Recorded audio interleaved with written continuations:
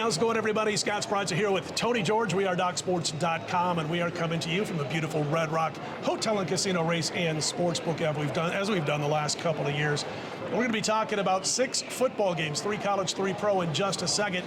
First, I wanted to tell you about the $60 free account at DocSports.com. You can click on the link below the video, get yourself set up for the free 60, and that means that you are going to be able to use those $60 on any of Tony's daily packages or any of mine. 4-0 last week for Tony in college football, continues on a run. We're now 20-5. I've got 20-5 in college and pro football combined this year.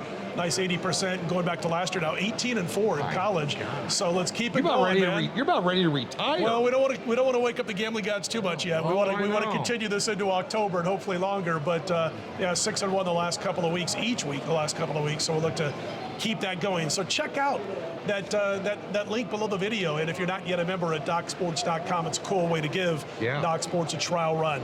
Tony, let's head to the ACC where NC State is at Clemson. The Tigers of Clemson laying 6.5, total 40, 39.5 in that neighborhood. Check out the weather. Could be a little bit of an issue with all the Hurricane Ian stuff going through Florida as we speak on Wednesday afternoon. Potential remnants going through South Carolina, including Clemson, South Carolina. So pay attention to that. They are expecting rain on Saturday during this game. I'll say this, Tony. I'm not going to be playing the over in this game, partially because of the potential bad weather, but also because I think both of these defenses have a shot at playing really well against these opposing offenses. Your thought on the Wolfpack and the Tigers? Well, I'll tell you what, North Carolina State was one of my top picks to go over the win total this year at 8.5. They have a core of returning starters. I think they have like 18 coming back. Sure. Obviously, I think their quarterback's the best quarterback in the game by a mile. Right. And they maybe have one of the best linebacking units in all of college football. Right. As you mentioned, that's why they're stuffing the run. Sure. And in this game here, I would have liked to take in the over if the weather was going to be perfect. Yep. Last week I had Clemson on the over. They only covered that by, 41 points over the spread, for my 7-unit pick. But and I do like the fact it's hard to imagine a 40.5 line when you look at Clemson, 51, 48, 35, and 41. That's their last 4 games offensively. But in this game here, with a low-scoring game where the defense is going to come into play, I can only lean plus the points here, Scott, with North Carolina State. I think this is a team that, this is kind of a game that really decides potentially the ACC this year, this early in the season. The second conference game for both teams. So that being said, low-scoring game, Hurricane Ian, stranger things have happened, but I think it's going to be a tight ball game. 3 to 4 points one way or the other. I'd probably lean Clemson slightly. I think offensively they've shown a lot more get up and go, but boy, they couldn't stop Wake last week to save their life. Yeah, exactly. And Wake has a good quarterback too in Hartman, so it kind of gives me a little bit of pause. We're going to switch gears and go to the SEC. And Kentucky, potential Mark Stoops potentially on the short list for the Nebraska head job. A few jobs now. Our boys back in Lincoln need some help. Big time. By the way, they're laying 5.5 against Indiana. Who's been smoking what for that deal? But I know Indiana's bad. Anyway, getting back to the SEC, Kentucky at Ole Miss here. I'll tell you what here, 53.5 is the total. Ole Miss 6.5. You know the old handicapper Joe Gavassi? I remember Joe. Yep. He had told me something a long time ago. The 200-200 club. You want to look at teams that have over 200 yards throwing and over 200 yards rushing offensively, and they maintain that through the season. That's balance on offense. Sure. And that's one thing when you think of Lane Kiffin and just gunning it. Well, guess what? 280 running it, 207 throwing it, Scott. That's a hell of a balanced offense here. The line, 6.5 here, Ole Miss against Kentucky. Kentucky for real? I don't know if they're for real. I think they're going to hang this number, though. So get 7, because there's plenty of them out there. You can lay 6.5 if you like Ole Miss here. You can take 7 if you like Kentucky. The biggest difference for Kentucky this week is that Chris Rodriguez is back. He served his suspension. This guy's a phenomenal running back. He ran for almost 1,400 yards last season, 9 or 10 touchdowns. And they've had really no running game without him this year, but he's back this week. And one thing about Ole Miss last week is they got knocked around a little bit on the ground by the Tulsa run game. And so I think that's going to be the key to this game. It's going to be Kentucky's rush offense against Ole Miss's rush defense. And then on the flip side, will Ole Miss be able to pass the football against Kentucky's pass defense? And if they are, then they can get a little balanced, stay balanced like they have been. Right. I know one of the things that I like to do is look for underdogs that run for more than 200 yards per game and hold teams to less than 100 yards per game. That's kind of one of the things I throw out there that I like, but not necessarily in this particular game do we have that statistic coming into play like yours with Joe's old system. But I think Kentucky hangs this number because Chris Rodriguez is back. You're going to see him running the football. You might see a couple of short dump-offs to Rodriguez, extended type of running plays in the short passing game, and I think Kentucky does hang the number. But again, be smart, shop around. There are 6.5s if you like Ole Miss. There are 7s if you do like the underdog in this one. All right, SEC action continues, this time at Arkansas, where the Tide roll into town to take on the Razorbacks. Alabama laying 17.5 in this one, total 60.5. Remember last year you saw Arkansas put up 35 points on Alabama. It was a 42-35 Crimson Tide victory.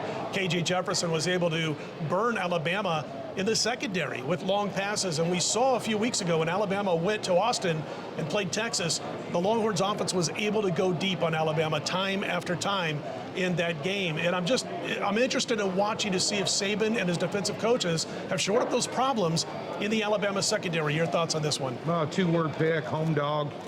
Suey, go Hogs. This, they had a little bit of a problem against Texas A&M.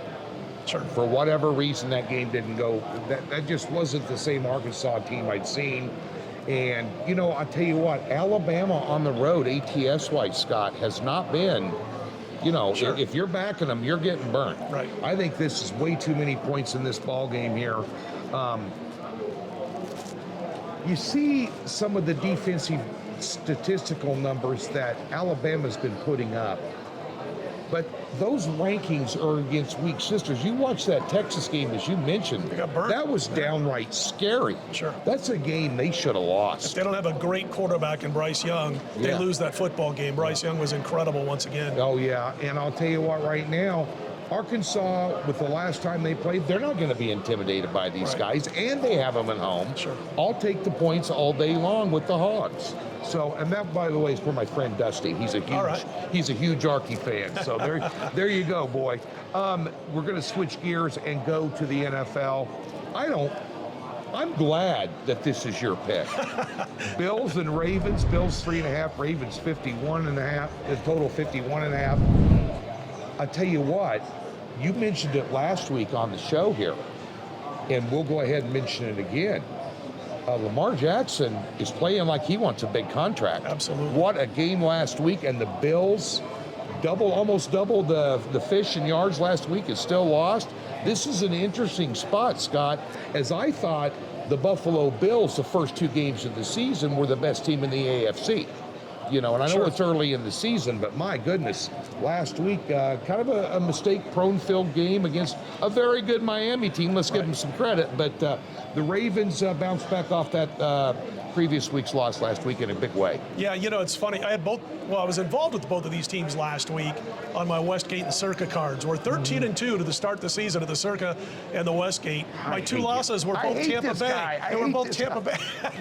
I go into last week, or with Tampa Bay left to go, I went against them last week, and we cashed that one. But going into that game, I was 13-0 for all games not counting Tampa Bay. 12-0, and 0-2 with Tampa Bay, but we got the win going against them last week. So we're 1-2 against Tampa Bay now, but 12-0 everywhere else. But anyway, as far as this game is concerned, listen, I'm going to look at the total in this contest. Remember when Baltimore was last at home? It was against Miami. They were fine. They're up 35-14. They get torched in the fourth quarter. Guys were out of place, out of position, pre-snap, all that stuff. Weren't covering the deep ball at all. They were running into each other, basically. I think that is going to be something they focus on. They were fine last week, and I think they want to get back to Baltimore Ravens defensive football like we've seen at home under John Harbaugh. So I like that. And we saw Buffalo can be slowed down. Miami did it last week. They held them to 19 points in that contest. As far as Buffalo is concerned, I think their defense is going to be decent here. You can kind of hold the passing game of Baltimore in check, and Lamar is able to pick his game up and get you wins when you think he's going to lose ball games. I love Lamar Jackson. I love a guy who's going to gamble on himself, Aaron Judge-like, with the Yankees. So as far as this is concerned, last time they met, it was a playoff game. There were 20 points combined. There were 560 yards combined. I think you're going to see another lower scoring game. That total's come down a little bit. I think it's moved in the right direction. I like the under here between Buffalo and Baltimore. We'll see if I jump on the side. If I do, it'll probably be like on Friday when I'm trying to decide if I'm going to use one of these two sides in the contest. I doubt I will this week. Tony, Jaguars and Eagles, two red-hot football teams. Jaguars are kicking butt right now, last couple of weeks, looking like a potential playoff contender. And as far as the Eagles are concerned, the offensive weaponry is outstanding. Jalen Hurts is playing great football. And right now at 3-0, you can make an argument they're playing the best football if you combine both sides of the line of scrimmage of anybody in the NFL. You know what? I kind of thought after week 2 that the Bills, as I'd mentioned, stuck that flag in the middle of the logo and said, we're the best team in the AFC, come get you some. And I think the Eagles have done the same thing. Sure.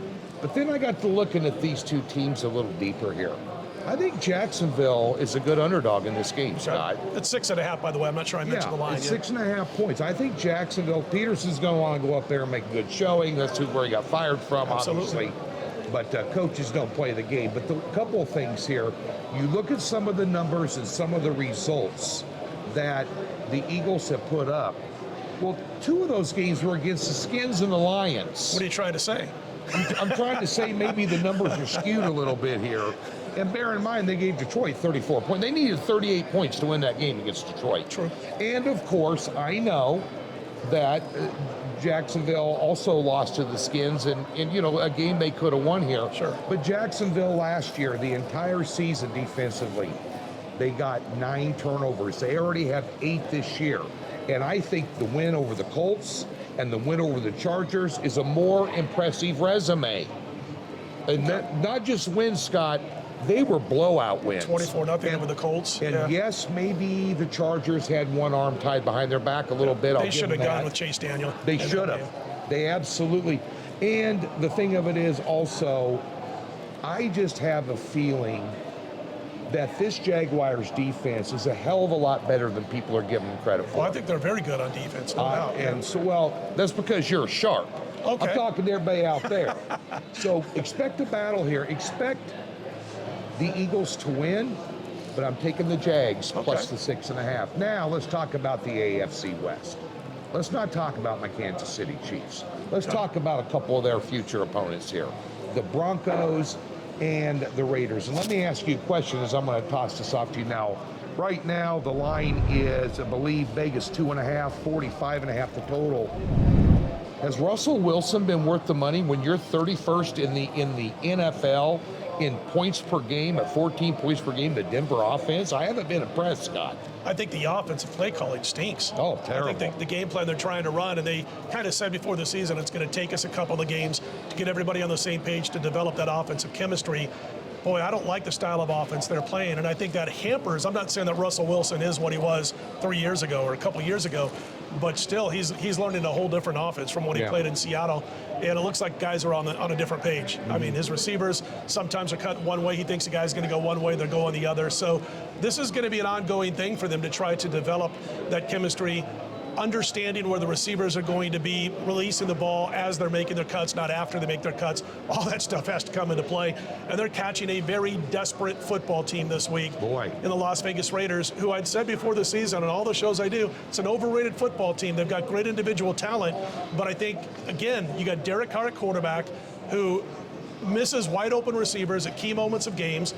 He started week 1 by all Devontae Adams. Every pass, Devontae Adams. He forgot about Renfro. He forgot about other receivers. Forgot about the best tight end in football.